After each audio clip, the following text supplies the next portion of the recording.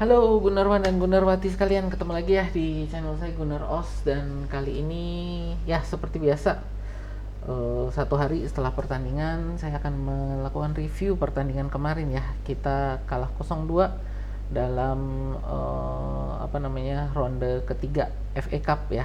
Dan hasil yang sangat mengecewakan, tentu saja sangat mengecewakan gitu kan.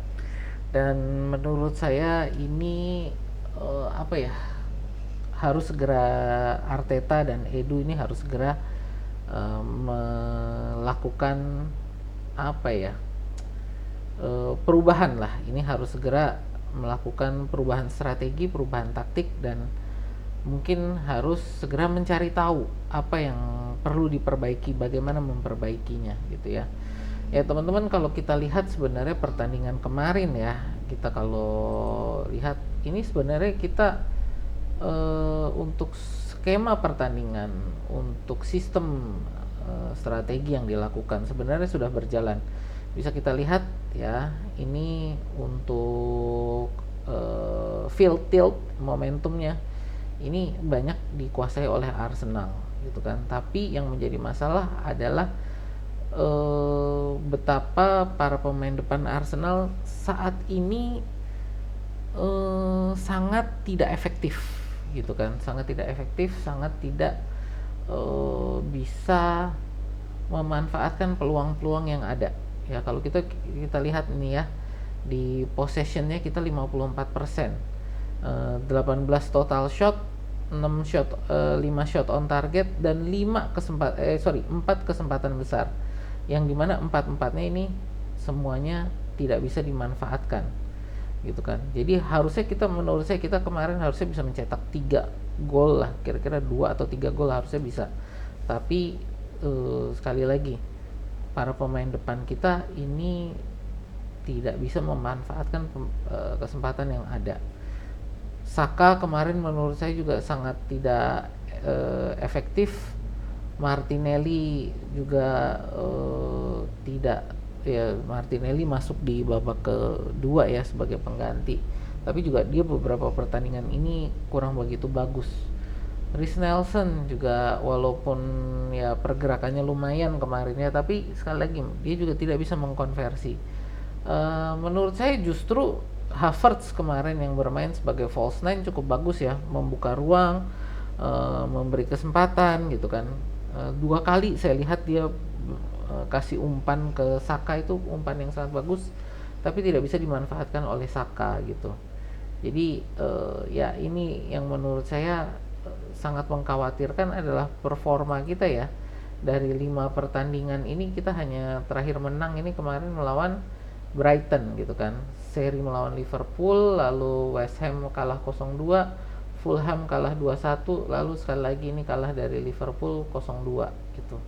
Ya jadi ini perlu dari Arteta untuk segera mencari formulasi apa yang perlu dilakukan gitu kan, apa yang perlu diperbaiki. Nah, yang berikutnya saya mau ngomong ini adalah dari konferensi pers pasca pertandingan ya, di mana Arteta bilang untuk membeli striker musim dingin ini sepertinya tidak realistis dan harus memanfaatkan pemain yang ada gitu kan. Dan ini menjadi satu perbincangan yang sangat panas di antara fans-fans Arsenal. Kalau dari saya, yang harus kita ingat ini adalah FFP ya. FFP ini teman-teman harus tahu, FFP ini dihitungnya adalah dari 3 musim terakhir, dan kita sudah memakai batas FFP kita itu kemarin dengan pembelian Declan Rice ya. Jadi kita nggak bisa beli striker. Kenapa? Karena memang kita batas FFP kita sudah hampir habis gitu. Batas FFP kita sudah hampir habis. Kenapa kok bisa hampir habis? Karena kita kan baru masuk Champions League ini baru musim ini. Kita bisa beli Declan Rice 100 juta itu karena kita baru masuk Champions League musim ini. Tapi karena perhitungan FFP ini adalah dihitung dari pemasukan dan pengeluaran 3 musim ya, 3 musim terakhir. Jadi kita baru punya penghasilan besar di musim ini gitu kan, dari Champions League. Dari musim kemarin dan musim sebelumnya kita nggak ada pemasukan yang signifikan, sehingga batas FFP kita masih tipis gitu ya. Jadi kalau di kita untuk membeli Declan Rice, membeli striker lagi, yang tersedia saat ini siapa? Itu kan Osimhen, 150-an juta euro. Lalu siapa? Ya Mbappe, walaupun mungkin bisa dapat murah gitu ya, tapi gajinya itu dia 1 bulan gajinya itu bisa buat beli Declan Rice 1 gitu. Lalu siapa lagi yang tersedia? Ivan Toney itu juga harganya udah menyentuh 100 jutaan gitu kan. Itu udah dikabarkan juga kan Ivan Toney.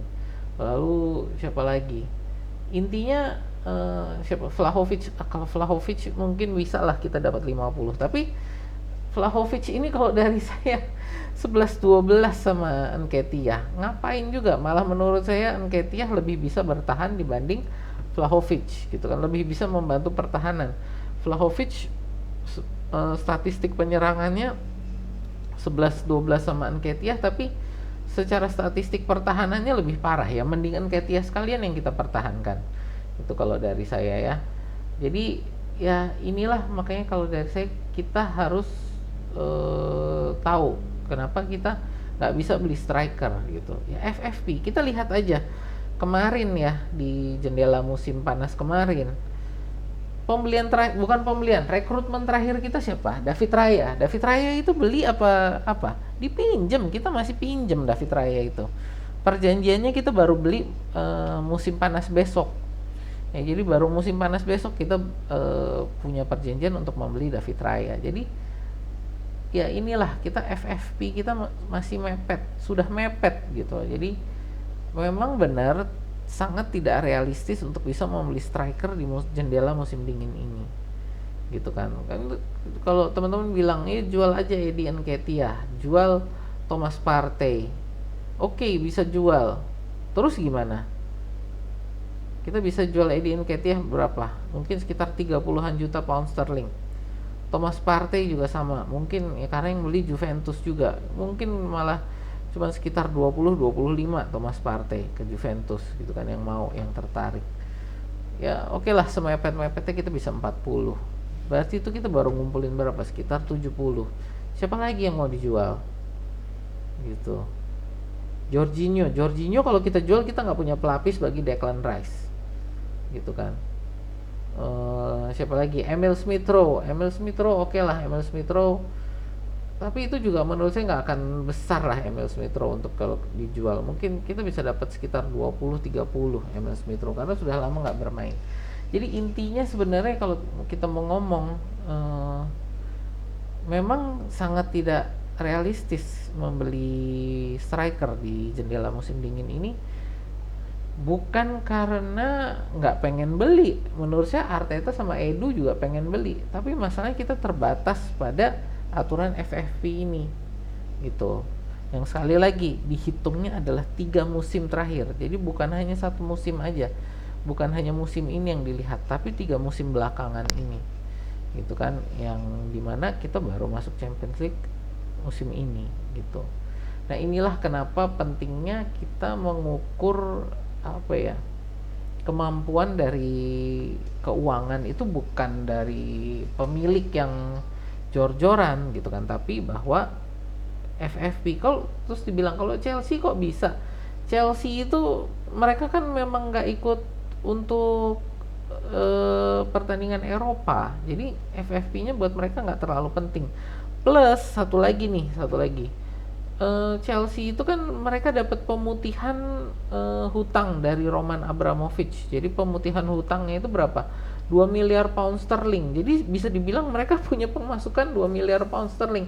Ya mereka bisa beli pemain dengan gila-gilaan. Kenapa? Karena ada pemasukan dari pemutihan hutangnya Abramovich gitu. Jadi itu yang membedakan kenapa kok Chelsea bisa gitu kan.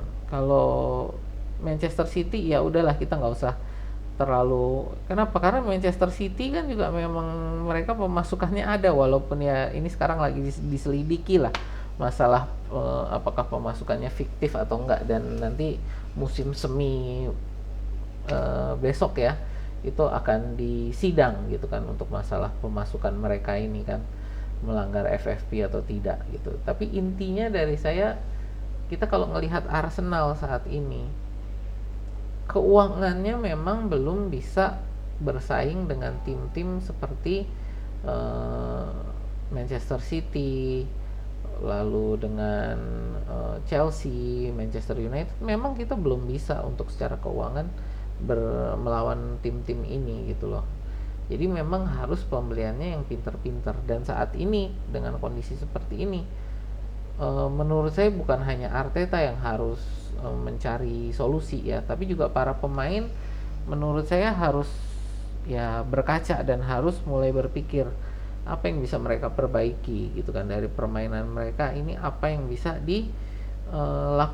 Karena menurut saya ini juga dari para pemain depan kita ini masih apa ya, ya sangat tidak efektif lah untuk 3-4 pertandingan, bukan ya, ya sekitar 3 pertandingan inilah, 3 pertandingan terakhir ini para pemain depan kita ini sangat wasteful gitu ya, sangat tidak bisa memanfaatkan kesempatan yang ada. Dan menurut saya 3 kekalahan kita kemarin ini memang dari para pemain depan yang tidak bisa menghasilkan apa-apa ketika para pemain bertahan dan para pemain tengah sudah bermain mati-matian gitu kan. Jadi menurut saya bebannya sekarang ini adalah ada di Saka, Martinelli, Reiss Nelson, Eddie Nketiah, Jesus, dan ya siapa lagi ya, 5 orang inilah ya. Dan kita tahu ini Jesus kemarin cedera lagi nih, Jesus cedera lutut kan kemarin, makanya dia nggak turun. Makanya kemarin yang menjadi central forward itu adalah kayak Havertz. Dan Nketiah ini juga harus step up, kayak musim lalu ketika Jesus cedera dia bisa step up, musim ini dia belum step up sama sekali. Saka permainannya menurun, Martinelli permainannya menurun, Reiss Nelson ya karena dia juga pemain pelapis harus step up juga menurut saya. Itulah ya, kalau menurut saya juga dari melihat kemarin harusnya oke, Saka mundur dulu, taruh Reiss Nelson gitu kan, karena memang permainan dia kemarin menurut saya, Saka kemarin salah satu pemain yang jelek permainannya kemarin ya, salah satu yang paling jelek gitu. Dia dapat 2 umpan bagus banget dari kayak Havertz, harusnya Havertz tuh dapat 2 assist kemarin kalau menurut saya ya. Dari Saka harusnya paling nggak ada 2 gol itu dari Saka, tapi dibuang percuma gitu ya.